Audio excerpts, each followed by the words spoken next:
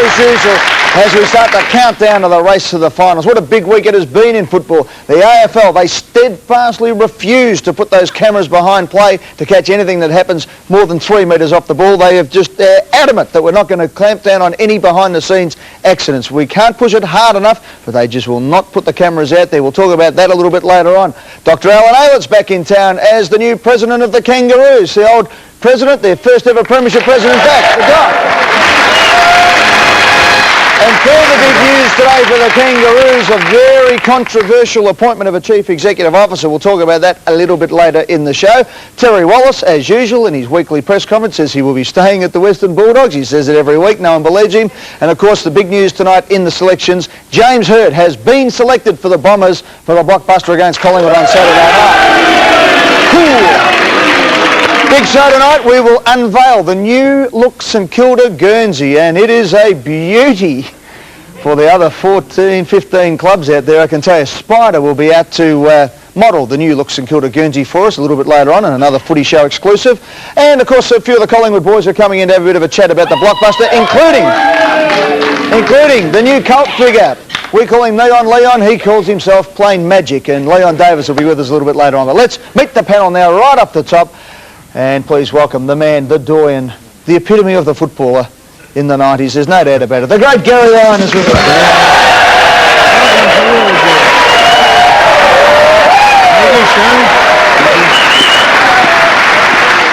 We've decided to put the elder statesman on either side of the panel just to keep an eye on the naughtiest boy in the school. Not on. Please put your hands together for the exposer, Shane Crawford.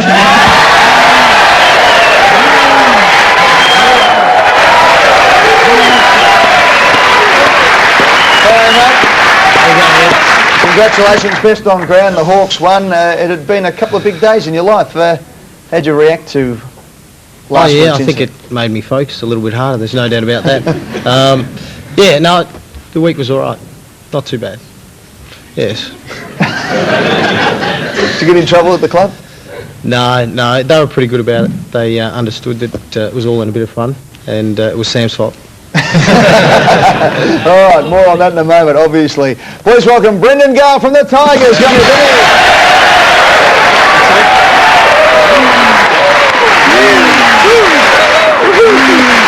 Brendan, great to have Benny back after winning $32,000 on the Who Wants to Be a Millionaire Celebrity Sports Edition. And of course, Ben, it's your first appearance since the infamous pie in the face incident. Been lying very low, Ed, on both counts, so glad to be back. Boys got into you about the not knowing the Heimlich manoeuvre, I believe. Well, they suggested that I was that choked up during the show, they had to perform the Heimlich manoeuvre on me. So, no, it was a fairly daunting experience, but it was in good fun, and Sacred Heart loved it. And of course, since then, yes, they're able to buy a new car for the Sacred Heart charity down there in St Kilda. But of course, since then, the Tigers are right to play in September. So well done to Benny Gale. But ladies and gentlemen, as you can see, the old chair is empty, which means... Please put your hands together. We're not sure what's going to happen here, but please welcome the one and only Mr. John Sammy Newman.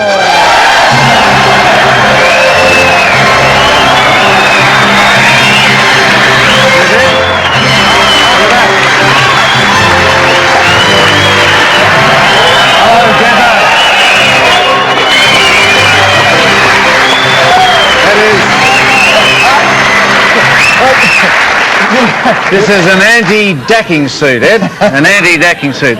This is one of only 3 that was made for Kathy Freeman. I don't know. Kathy Freeman's about this big. No, they made 3 of them, different sizes. One size fits all? No, Kathy might fit into this at the minute. But this is it, Ed. This is the one she... This is a space-age design, Ed, and it's an anti-dacking suit. And so we, in case the dwarf with nipples here got up to any mischief again, this was what we did.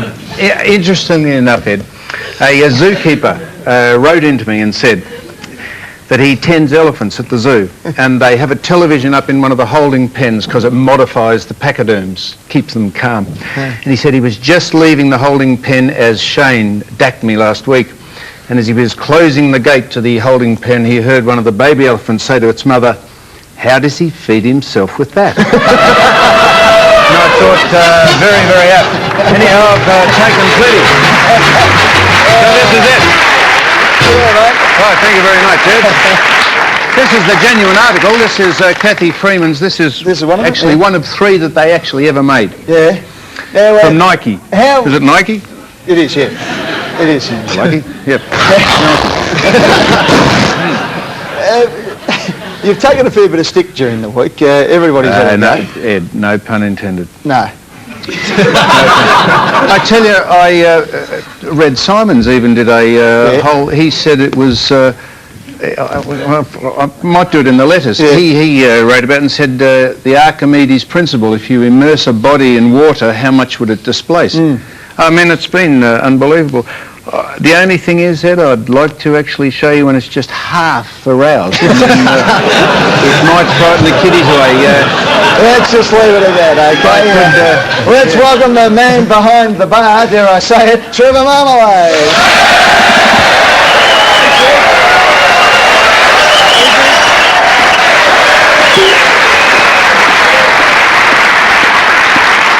Oh, no, it's fair enough, really. I mean, we had professionals, the puppetry professionals earlier in the year demonstrate the hamburger. Sam just followed up with the French fry.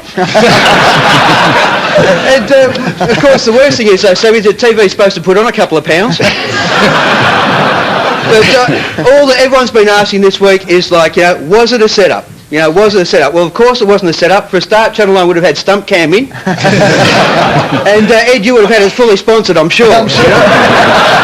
In fact, in case it ever happens again, we've looked into the signage. We've ruled out PricewaterhouseCoopers, but there is some interest from BP.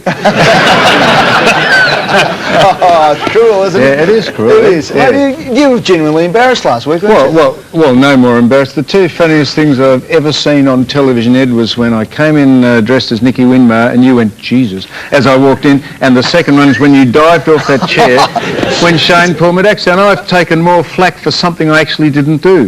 It was him. I know. It was him. Now, himself. what possessed you? I mean, we were a bit stunned last week. What was going through your mind? Yeah. Look, I must admit, I sat here and I saw you pull the old shorts down, and I looked to see on the monitor in front of me whether or not Gary Noonan, our director, had picked up the shot, and I thought, that's very funny. And then down they come. What made you go the second effort? I seriously, well, obviously didn't think, did I? No, that's enough. I just did it. Yeah. Trev? Well, unfortunately, Croft had a rush of blood to the head, and luckily Sam didn't.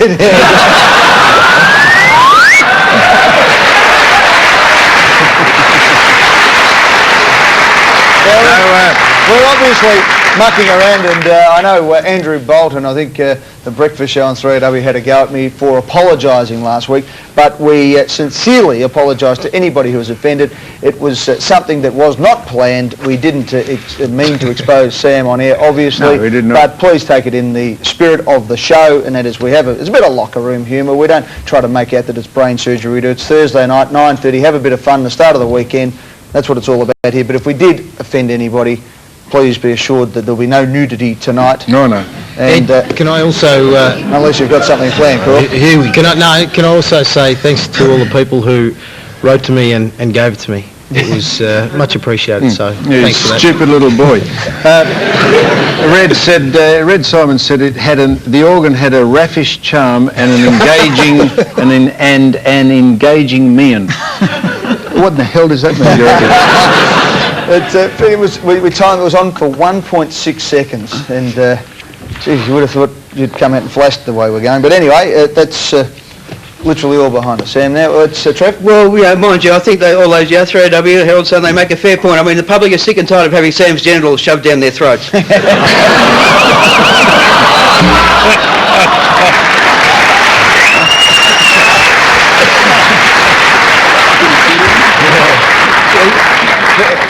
Just before we move on, anybody else got one? anyone got a gag? Anyone in the audience got one? Okay, well, let's get down to some serious business now. I mentioned tonight that Dr.